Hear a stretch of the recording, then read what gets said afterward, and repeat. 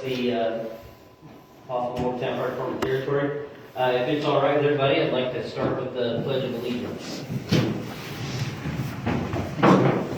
I Pledge allegiance to the flag of the United States of America and to the republic for which it stands, one nation, under God, indivisible, with liberty and justice for all. Thank you. I'm going to dim the lights so we can see the PowerPoint a little bit better. Did you need to? Now, do we have anybody that wasn't here the last time? It So looks we like make sure that we get your questions. Okay. And he has the packet with him as well. So Yeah, because there was the file up here. Okay, good. So tonight again we have our lawyer for the territory, Mr. Jeff Bellamy. We have Great. let's go with Greg as our financial service group representative here tonight. And again, Morgantown Fire Protection Territory, serving the communities of the town of Morgantown and Jackson Township of Morgan County. So again, we have to have 3 legal meetings. This is our second one here, February 20th. Our next one will be March 5th, and then everyone will come back to vote on March 20th. So why a fire territory?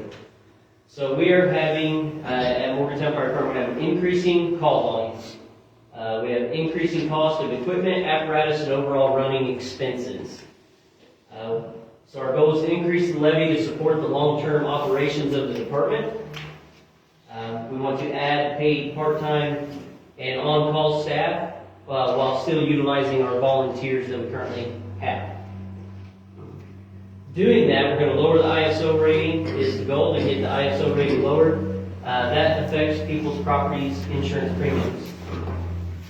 And this will also, this territory would decrease the response times to better serve the community.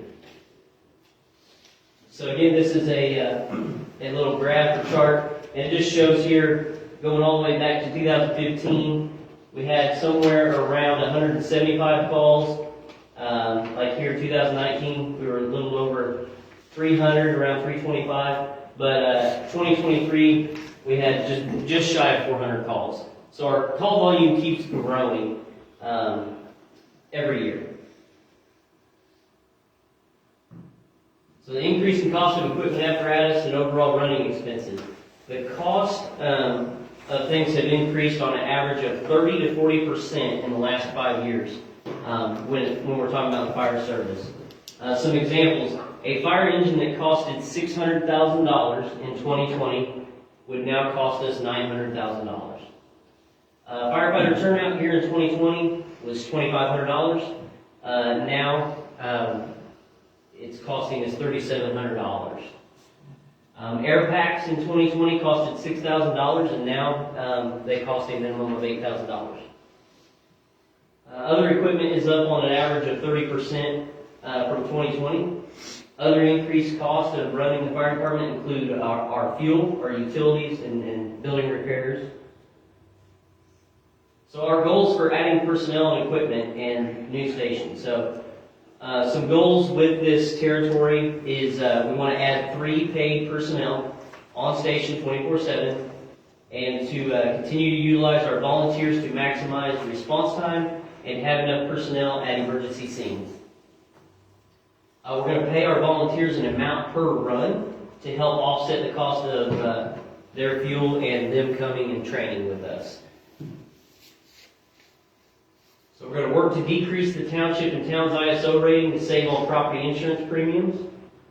We're going to replace old or outdated apparatus and equipment. One goal we would like to see is to possibly build a new centralized fire station. We also want to provide continued education and training and help promote young people in our community to be involved with the fire department. So whether you're a volunteer or not, you are required to be trained up as if you are a full-time career firefighter for a big city. Or it doesn't matter. We have to have that training. That is not cheap to do. Our economic study of tax savings by the Indiana Volunteer Fire Association. So in 2020, a study was done by American Economics Group Incorporated. For the Indiana Volunteer Firefighters Association, you may hear me say IVFA, that is what I'm referring to, shows that the local government or state had to take over providing fire protection, that the tax levy for Jackson Township, Morgan County, including the town of Morgantown, would increase by 146.94%. Our goal with this territory is to minimize that type of tax levy by creating a fire protection territory. This is a picture of that IVFA book, the Indiana Volunteer Fire Association book. And again, it showed every county, every township, and how it broke down. So we're going to talk about our potential property insurance savings examples. So a current cost of a home insured at $250,000 with an ISO rating of 10. Right now, Cincinnati Insurance Company would quote that at $1,606. Indiana Farmers quoted it at $2,122, and auto owners quoted it at $2,147. The potential savings of a home insured for $250,000 with an ISO rating of 7, where if we had the paid staffing, continue to log our training like we're doing now, and other things like that that would bring that ISO rating down, we'd be looking at Cincinnati's insurance would be, instead of $1,606, it'd be $1,349. Indiana Farmers, instead of $2,122, would be $1,635. And auto owners, instead of being $2,147, it'd be $1,658.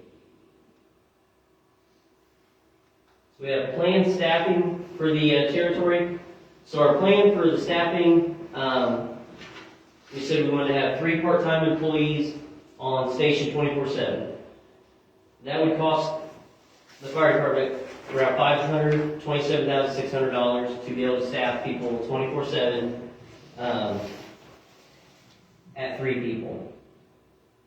We have also a little salary stipend for the fire chief and the assistant chief, because they're going to be helping do all the scheduling of who's working and stuff like that, and helping with several logistic things, ordering stuff like that. Our volunteers, we've got $18,000 set aside to pay out for those 400 runs we talked about. If a couple volunteers are showing up, they're getting paid per run, we got to have a line item for that. And then employee benefits and taxes is going to cost around $38,500. So other services and costs, our utilities and communications cost is $23,600. Gear, $35,000. Training, $10,000. Insurance, $35,000. Fuel cost, $10,000. Small equipment, $20,000. Repair and maintenance of $28,000. Our capital improvement plan. So for Morgantown Fire Territory, our goal would be, again, we want to replace gear at 10 years of age as per OSHA and NFPA standards. We want to test and replace air packs per OSHA and NFPA standards. We want to buy a mini pumper to replace engine 162. We'd like to buy a pumper tanker to replace tanker 161. We want to possibly buy property for a new building. We want to, again, possibly build a new centralized station to help lower ISO rating throughout Jackson Township and the town. A new building will need additional funding, not included in this current budget. This is usually done through a grant or a bond. Continuing our capital improvement plan. For the capital improvement plan, they are ever-changing. This can happen year to year due to the needs of the department from the assessment and evaluation. So we encourage our community to attend events at the station to stay informed on what is currently happening for us at Fire Department. All right, we're to our financial tax impact analysis, which is Greg with Financial Solutions Group Corporation. Thank you. Are you going to show it up there? Show what? My presentation? I don't think it's on your computer. It's not on the Okay. computer. Do you We've got want- the package. Do you want to turn on the lights? I can. Sir, you walked in. Did you come last time? We've got a... Yeah, you go. Okay, if you wanted another folder or... We do have Look. more books that you need to look at. Just wanted to make sure. So, good evening. My name is Greg Garatos. I'm with Financial Solutions Group out of Plainfield, Indiana. We do a lot of work with a lot of cities, towns, counties, fire territories, and the like. So what I'm going to do is briefly take you through this small little book. And I hope the clerk treasurer got her answer on the LIT. Did you find Fred? Not yet, I haven't found him. Fred may have left the DLG. There's a possibility there. But so call quick or call 1-800-RYAN on the lit. But that's an issue that the town wants to check it out to make sure its local income taxes are not going to decrease, and it will not. We're pretty confident of that, but we told you, I figured the next day you might get on the phone. No. So, we'll do that and keep up the faith. So, the first page I'm going to go through, page 1, is the proposed budget overall. This is something, keep in mind, we worked on last year with the fire department. We worked through various iterations of this and trying to find not too high, not too low, a workable budget. So this is what we're driving the numbers off of on operating. And as a CPA, my job is to kind of work through the numbers and then assist the fire territory get it through the DLGF process. Exhibit B. When we put together a fire territory, what we do is we take that operating budget then and charge it equally over the entire assessed valuation. In this case, we have two entities that are joining this fire territory, so that's good. And we spread that cost then over those two using the paid 2024 assessed value. When we calculate 25, 26, and 27, the 3 years that we're required to calculate and show, we do not increase the assessed valuation, even though you can see it's been growing at a steady amount. The reason is to show the worst case scenario. Okay? So, on the next page, page 3, what we have to do is we have to go in and look at what's currently being paid. What's currently being paid is very, very small because you volunteer and you're getting most of your money elsewhere. Jackson Township pays approximately 2 cents, and the town of Morgantown actually has it built in to their public safety lit, and that's what they're using to fund this. So this will free up some of their public safety lit that they may be able to, they could use for the fire territory if they want, or assist with public safety overall in Morgantown.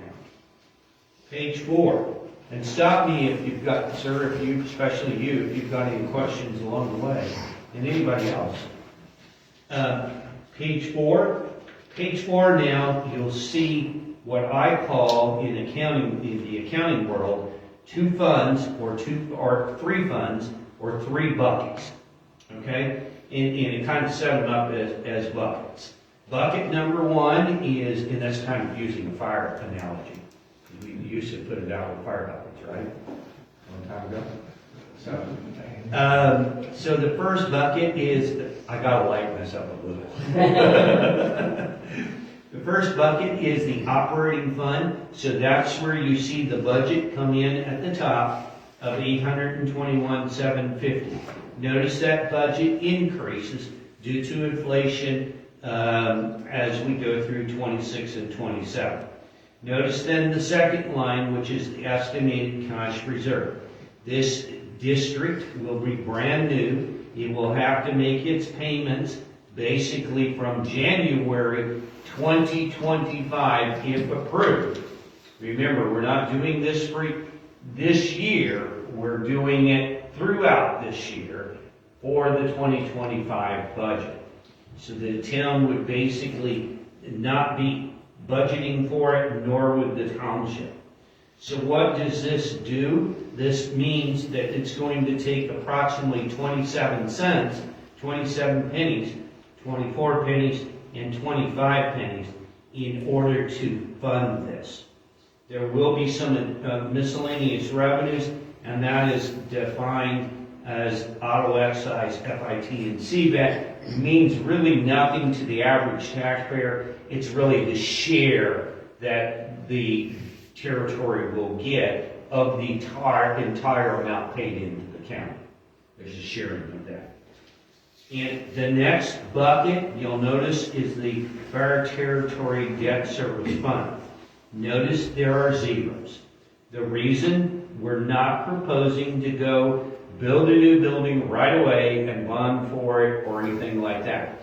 And yes, if you can get a grant, that would be fabulous. They are far and few between, but I'll keep my fingers and my toes and my Borla exhaust, which is good exhaust.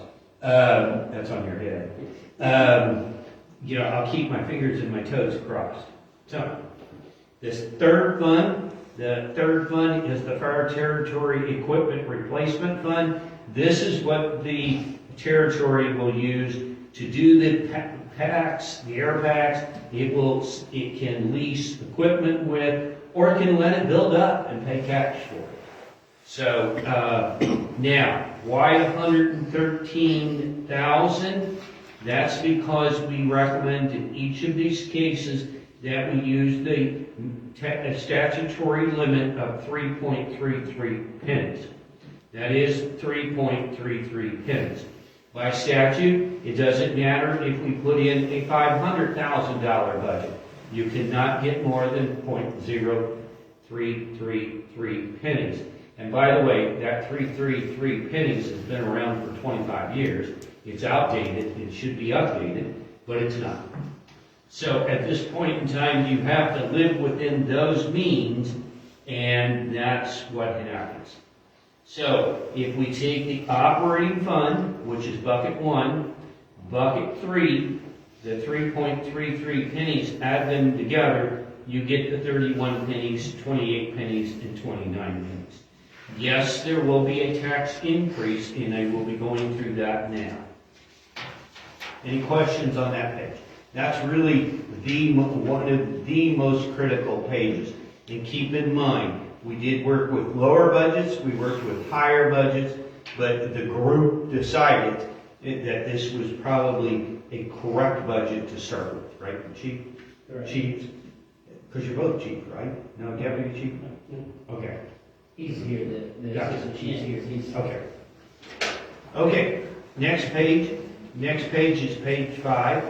What will happen, as everybody always asks the question, and this is a mandatory page for us to show under DLGF guidelines, they ask, well, wait a minute, if we're already paying a tax and then we pay this fire territory tax, won't we pay twice? No, you never will pay twice for the same service. DLGF will come in and extract the amount that was levied in Jackson Township from their budget, and they'll take the two funds and they will decrease the tax rate 2 pennies. If we approve going forward, if DLGF approves us going forward, there's lots of ifs and lots of things to be done, the 31 pennies would come in on the total tax rate estimated would be $1.67. We are looking at a 21% change and a 15% change. Why is the change smaller in Morgantown? Because the tax rate's higher. So it's the same ad, it's just a different denominator. Okay. Year 2. Year 2, I'm not trying to play funny math here. It does go down slightly. And the reason is, once we build up that 15% reserve in the first year, DLGF does not allow you to have that each and every year. So that would go away and we wouldn't double collect another $167,000. So the theory is Jackson and maybe Morgantown would also put some money into the fire territory on 1/1/25 to assist this moving forward. Otherwise, there'll have to be a temporary lump. Because again, it's a brand new taxing district. It's gonna take it a little while to get money. The next page, page 3, or page 7, year 3, is it goes up slightly because now we went into the higher budget and we went down and then we went up. Okay, now this is where we get into, on page 8, some of the complications. What we're required to do is take that tax impact and show it over the 3 classes of property. The first class of property that we use for circuit breaker is residential homestead.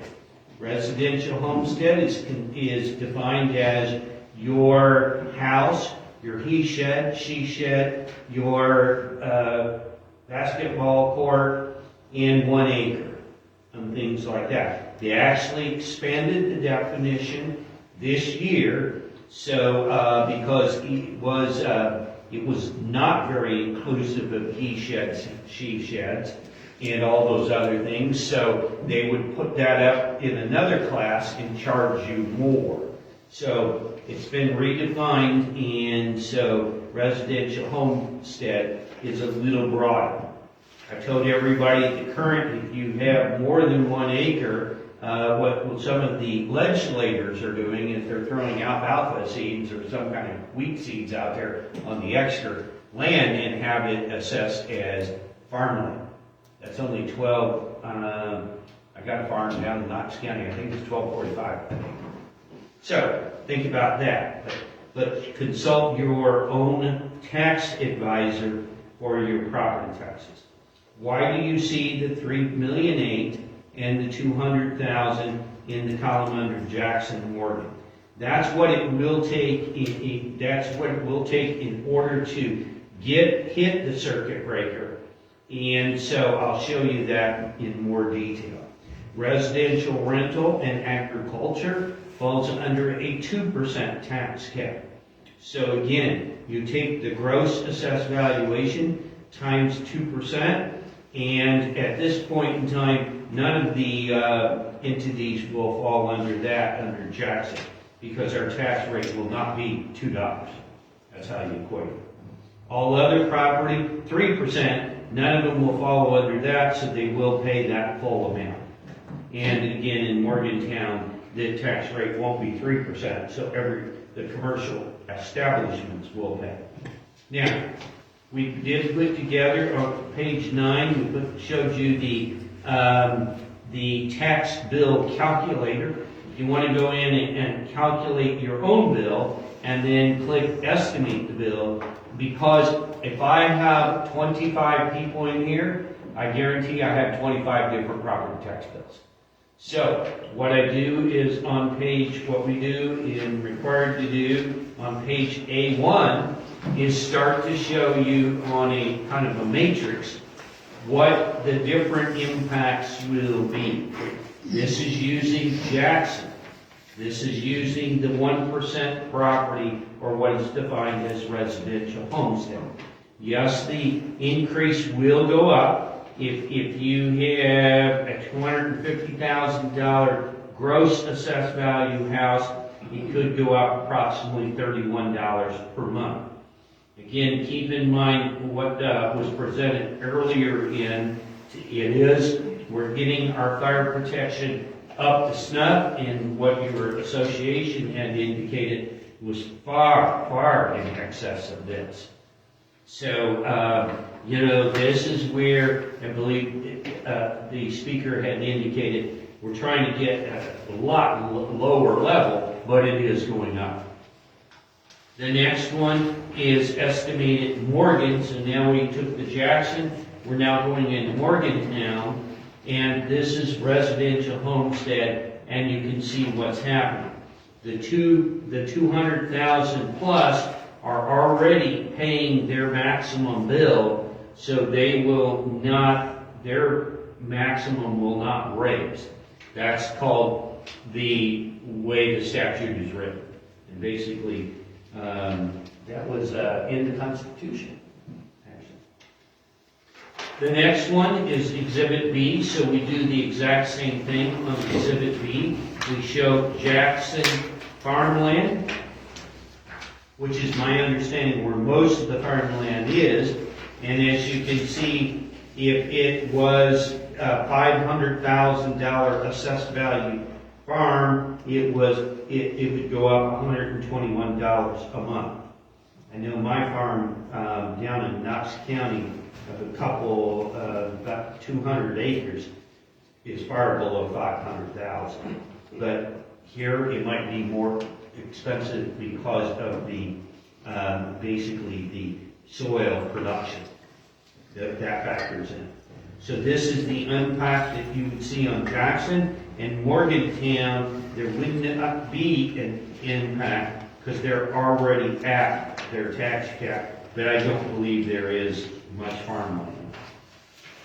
The next one, then, we're required to go into the third class of property. Third class of properties are commercial, and as you can see in Jackson, they will all go up by the 21%.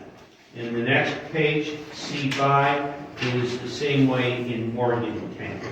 So again, our tax rate is not $3, even with the increase. And by the way, what we show is the tax rate. You will not be able to exceed that.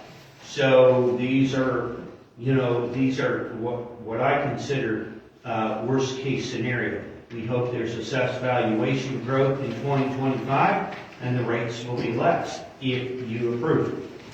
There's a big if.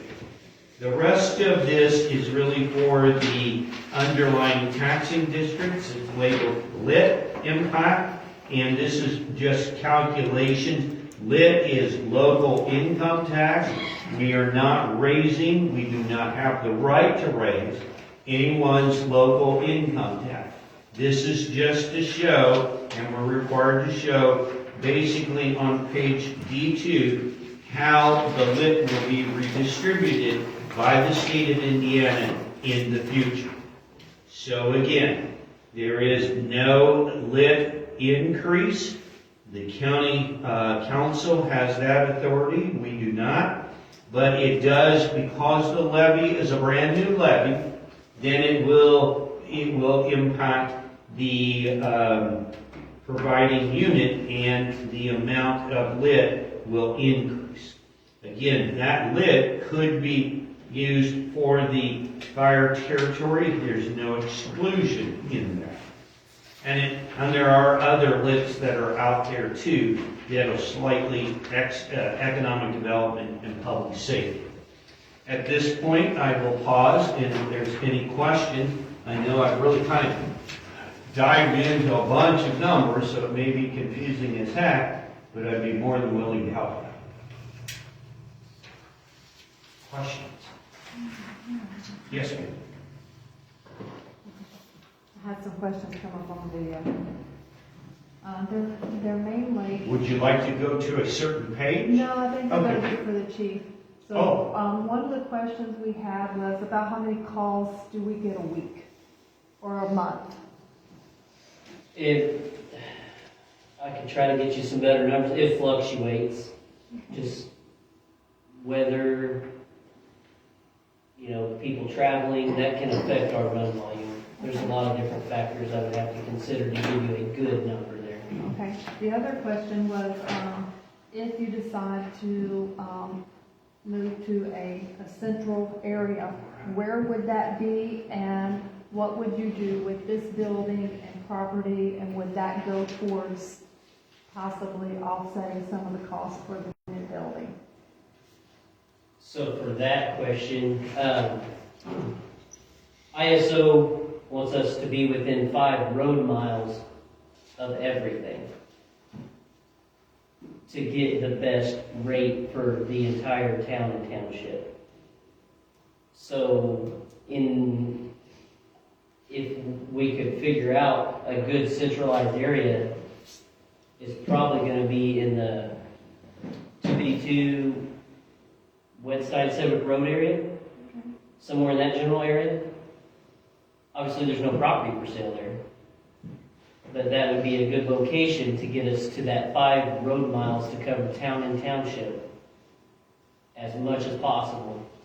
If there was a building built and and that was something we were successful in, and we had a bond or a grant or a loan. If this building was sold, yes, it would go to pay for that building. Right. And the other question I have for you, Yes. if someone has a commercial space and, on the second level, it's residential, is that gonna be based under your commercial rates, or how would that be rated? Boy, you're asking a story problem. Okay, so the story problem needs more validation to the front end of it. So the question is the residential rented or owned upstairs? It's If rented. it's rented, then you would not, it would be a 2% or 3% property, because it's probably going to be both. And even remember, everyone sitting here could have 1, 2, or 3 in their home. If they had a home more than 1 acre, then that extra acreage becomes a 2%. If they had a engine shop or a beauty parlor or something like that in a she shed outside, that could be a 3% property. So you could have a 1, 2, 3. You got to check your own property record card. But with limited knowledge of your question, I think the upstairs would be a 2% because it's a rented residential unit. It doesn't qualify as owner occupied. And then clearly the downstairs would be commercial. Thank you. Sure. But check the property record card right now, the way it is. You can pop it up. Morgan County has an awesome system, and I've done it. And so, you can pop it up pretty easy. And again, you can look at it from the state estimator. Okay. Sure. You did about 35 runs a month last year. Yeah, I had you, if you take the 400 divided by 12, about 34 on an average. Yeah, average, we probably are about 35 calls a month. But you could I know have 50 or some 60. months slow down, and then we make up for it other months, and again, that could be weather permitting, number of things there. Thank you. Got a Awesome question, sure. On the 5 road miles, the radius that they're wanting to see, at this location, is that gonna affect the ISO rating if we don't build a building until 2026, 2027, something like that? So even if we're here in 2030, and we're this territory, we will still have ISO rating. It won't affect town here, but it could affect areas such as Painted Hills, because it takes us a little bit, we're out of that 5 road miles. We're very close, but we've got to bridge the gap if we can. So it would still keep us, what's being done, take you to an ISO Yeah. 7. So ISO can also work with us and give us a 2 rating, Gotcha. town and township, and there's things that we will do to get that. If we can't get a station built, or a grant for a station, Right. or property for a station. It all means we're gonna stay here and make the best of what we can with what we got, Right, if we're a territory, right. so. Did that answer your question? Yes. Okay. So the current location will not necessarily affect, like with the dual, like you said, the dual potential for the dual. We will be doing You have one- everything we can One for the to rates keep in that town. rate where it needs to be for not just the town, but for the township areas that are out of that 5 road miles. Gotcha. And I worked with a lot of territories that had the goal of the second, and we actually got, even in the rich and famous area, Westfield and the isolated areas, we've had farmers give up land for a new fire station because they know the impact to the value around it. And so in those cases, maybe that's not the case here, but it's been quite amazing how many fire departments have been able to get that ball rolling better than they thought. Just share that. You've been doing this for at least a month or two. Another question, and it may have been covered last meeting, but I was just kind of curious for the 3 part-time that are here staffing 24/7. Do we know how the salaries would be broken down? Would it be based on experience levels? Or So, do we know how that would work? yeah, so our goal is, yes, training is a factor of that. If we can have, the reason why we say 3 people, safety Yeah. is number one reason, because we have one guy driving and pumping the truck, 2 in and 2 out rule if we have a fire. That's to meet OSHA and NFPA standard. That's why we need 3. That is the bare minimum at the state level. We'd love to have 4 or 5 people on a truck, if we could. That's not gonna happen. That would make this even worse financially. So, but yes, firefighter EMT training, that all makes a difference on salary and things like that. Their training is rolled into their salary, And yeah, their base salary.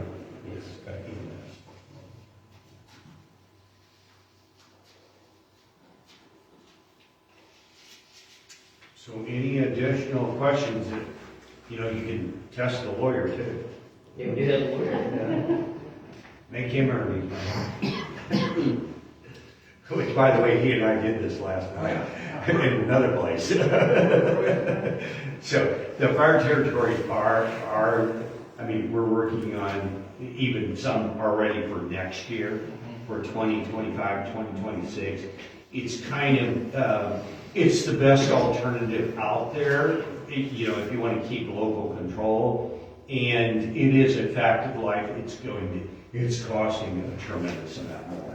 And so it's not, I don't know of a better widget out there. We tried in my township, Liberty, tried to assess some of the large warehouses. They said go someplace not so nice. And we didn't get a dime out of them. So, so they're, it's a way to at least make them also pay and things like that. You don't have large warehouses here, but you never know in the future what's coming to a theater near you. So, seems to be a good vehicle. One other question, and this may be related to this, it may not be. I work for Fortune Fire and Security, and we've got a guy that does our landscaping. He was behind the Senate Bill 316 that passed. Are you familiar with that bill? Tell me what that one does. So There's a ton of them out there. Right. So Senate Bill 316 mandates that EMT fire departments that are in different counties communicate with one another. So they're looking at doing a complete overhaul, making sure everybody's communicating, and whoever's closest to the call takes the call. It'll never pass. It's already passed. It hadn't passed both houses. It's already passed. I don't think 911 board is. It has passed. So, It'll never but pass. in the wording that it is there, it may not be implemented. It won't be implemented. So, if it does get implemented, would that affect, like with the county, would there be added cost? Well, I don't think it would affect the territory because the territory is fire. You're not firing the EMS.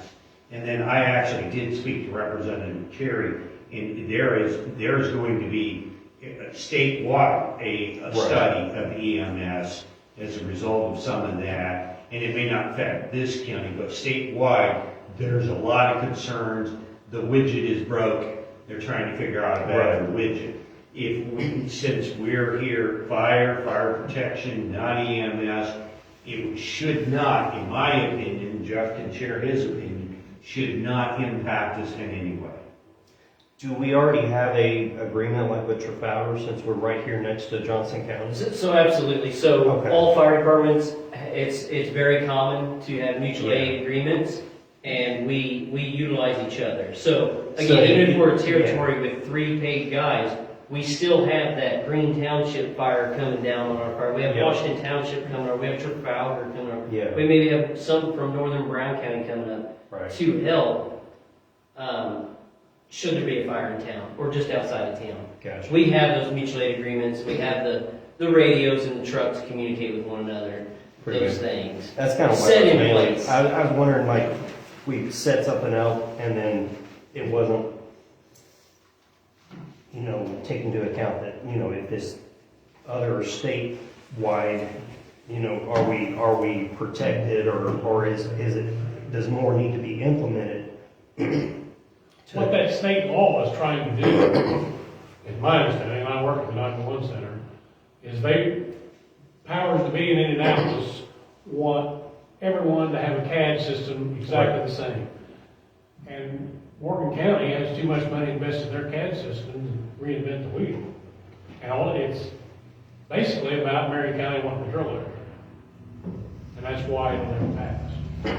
And to say what Greg said, if moving forward, if we become the territory, we have our area, it's set. Gotcha. If something where we're gonna go help Trafalgar, Oh, yeah, yeah. we're closer to Gales Gas than their fire station is at. But that's their area, that's, if they want us, they'll ask for us. We're more than happy to go help them with that situation. And I'm just picking on Gales Gas because right here we know what it is. By all means, we're gonna do that. If the state tried to come in and implement something, that would be a can of worms that the state cannot control because you have county and township jurisdictions that are gonna fight it tooth and nail. Right. And that's why we're trying to do our territory so we can control what's going on here and give you the best service we can offer you. And also remember the boys, and not out of disrespect, I just call them the boys and girls downtown. Boys and girls downtown Indianapolis leaving March 8th. After that, there'll be a lot of discussion about damage control or if anything changed. We've got a lot of process yet to do, and this thing will not even be effective until 25, and it takes the next 3 or 4 months even, if you approve going forward, to get it approved by DLGF. So quite frankly, if there's something there that would torpedo us, we'd know. I would say, 911 communication affecting anything in terms of need that you've already expressed, and in my experience of the few times I've bothered to go on the Boys and Girls Downtown, I call it Puzzle Palace.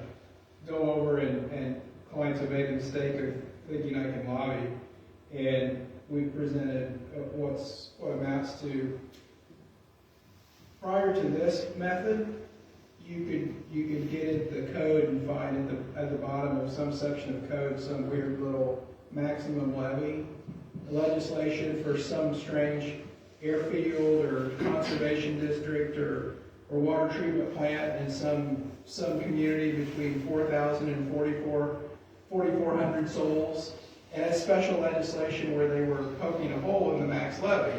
And so I last had a client go do that, who was also a friend of Representative Cherry's. And the senator from Davies County sent us away and said, you're not getting through my committee, we're not doing this, we don't do this anymore. We have empowered you with a handful of tools, go use them. Form a district, form a territory, look into municipal reorganization, look into township merger. You've got a bunch of different tools to figure it out locally. So there is this weird schizophrenia there of the state wanting to have more control over localities and at the same time wanting to have nothing to do with them. You figure your own problems out. It's this weird pull that they both can live together. Generally speaking, I think they sense that there's a fire and EMS problem in the state, but more and more, communities are just getting together and doing this and solving their own problems. So until this isn't working, to be frank, the less involvement in the General Assembly you have, the better your life will be. Amen. Other questions? Is the video off? Did I say that on the Yeah, I was testing that. I tried to grab you out. That answers my question. I just, I prefer the local anyways, you know, because you're gonna, Clint has said, you know, you've got the people that are in your community, serving your community. Well, territory's gonna have to stick with the budget that we got here, all 5 years, they can't go over, or 3 years, they can't go over it. So the budget's a done deal, pretty much. They can change categories, it goes through the clerk treasurer's office at, the town, it gets sent up to DLGF each and every year. And so, yes, you can control, you know, what's in it, your levy will go up by the growth quotient, like everybody else going forward, so there's protection. You know, we can't double the budget. But we'll be under those constraints, but, you know, each time to get from 0 to something, you gotta accelerate. And That's what we're doing. And you're not set forever. You do this 2, 3, 4 years, and if this is the right thing for you, you leave it alone. You know, you go with your growth quotient and all that. If you look at it and go, Trafalgar's over here all the time, we're in Trafalgar all the time, we're practically, you know, serving as almost a dual unit or whatever. Maybe you talk about some neighbor that you want a little bit larger, a little bit different. I mean, you can change it to customize to the need, and the calls drive the need. The calls are the truth, you know, where the citizen is calling you and sending you is where the need's at. And kind of the regions, you can have county lines and township lines and all this. The regions kind of form themselves, you know, the parts of the county kind of dictate and kind of naturally flow. So fire's kind of a neat service that you can provide based on, you know, a regional basis, not some arbitrary 36 mile by 36 mile square or a town boundary. So you just figure out where kind of that fire and EMS service region's at, so. Back to you. Go ahead. I generally keep myself quiet, try to take everything in, but your comment about us having control locally, I'm Bill Witt, I'm the Acton Township trustee, and I really like that comment because the county, they say they're not involved in it, but they have been trying to spearhead these meetings with all the township trustees to create a countywide fire district. Right. And that concerns me because the control would be taken away from our local volunteers and people who have put their blood and sweat and tears into this place for years and formed it, just like all the other volunteer departments around the county. And I just don't have a good feeling about that. And I really, really, really would like to see this stay local. We would have more control, we would have better, I believe we'd have a better service since everyone here would have a stake in it. Rather than, you know, the boys and girls in Tennessee taking over and looking after others. I won't say it's this county, but I won't say it's this county, and I've heard commissioners say, when they were talking about the idea of elimination of township government, which seems to cycle around about every 30 months, and their comment was, we've got enough to do, we don't want more to do, and we'll solve it the same way the county solved school consolidation 45 years ago. We'll put one big fire barn in the middle of the county, we'll put another satellite up north and a satellite down south. And if you're close, good, you made it. If you're not, it's too bad. We provided fire. We provided fire and EMS, and there you go. So, emergencies and fire and you know, catastrophic injury and car wrecks are not susceptible to consolidation. They aren't susceptible to the efficiencies of merger. They happen where they happen, and you deal with them as they occur. So you can't really always double up and say. I'm Mark Seaston, Township Advisory Board member, former town board member, former fire chief of this fire department. And I still have a bad taste in my mouth from the county ambulance service, I'll be quite frank. We had an ambulance right here in this station, and now it's gone. And that's probably what will happen if the county takes over the fire service.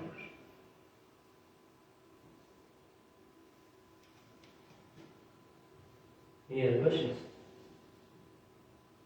If not, I say to go eat dinner.